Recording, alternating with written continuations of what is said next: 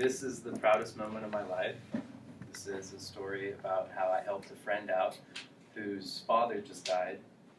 And how it went was, my friend Davis, his dad, he called me one morning, and I thought he was laughing, but he was actually crying. And he said, you know, I found my dad, he wasn't breathing, and it was over. And his dad had a heart attack in his sleep. And I felt so horrible for him. And I, of course, don't know what to do if my dad died, so I go over there, I do everything I can, but of course when someone dies, all you can do is support.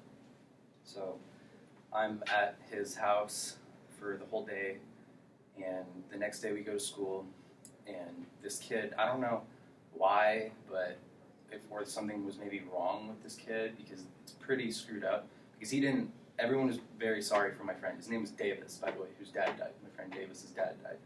And he was very sad about it at school. And this one kid named Ben, who was, I don't know why, but he said basically, you're gonna be surprised. He said he deserved it.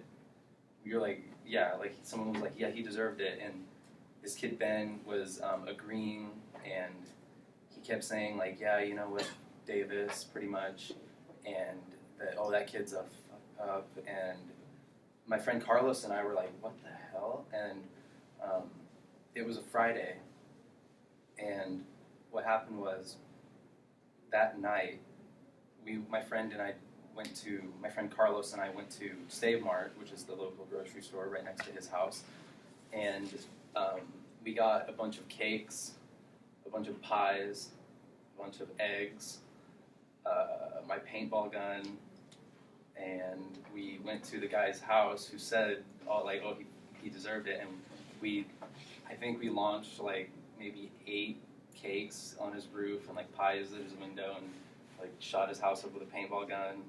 And it was a very screwed up house at the end of it, and it took maybe about 4 minutes, and we ran away, and the person, his dad, Ben's dad, the kid who made fun of it, his dad came out, and he's in his car, like driving around the neighborhood, like, who just did this?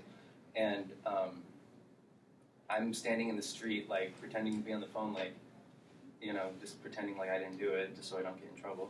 And he's just sitting there aiming his lights at me, and I call my friend, ask him what kind of car he drives, and it's a blue Prius. And I look, and it's a blue Prius aiming its lights at me. So I knew that the cops were probably getting called on me, and I was standing in the headlights, just like, I'm probably about to get arrested. But, so the cops show up, I start running, kind of, just to get out of the headlights, and of course he follows me because he's in a car and I'm on my feet. And the cops, you know, I put my hands up, and, I mean, they're not going to shoot me. Look at me. And so I get in the car, and on the way to the police station, I tell them basically like, look, this is why I did this. This is, you know, the reason. This kid's an asshole. My friend definitely needed this because he was definitely my friend Davis was happy to hear that we did this. And the cop was like, well, okay, I see where you're coming from. That's pretty screwed up.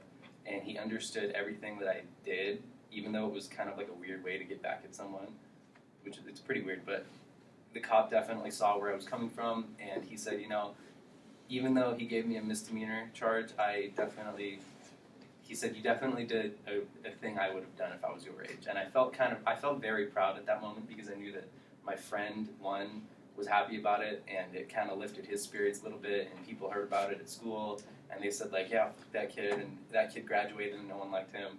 So, good. That was a very proud moment of mine. Thank you.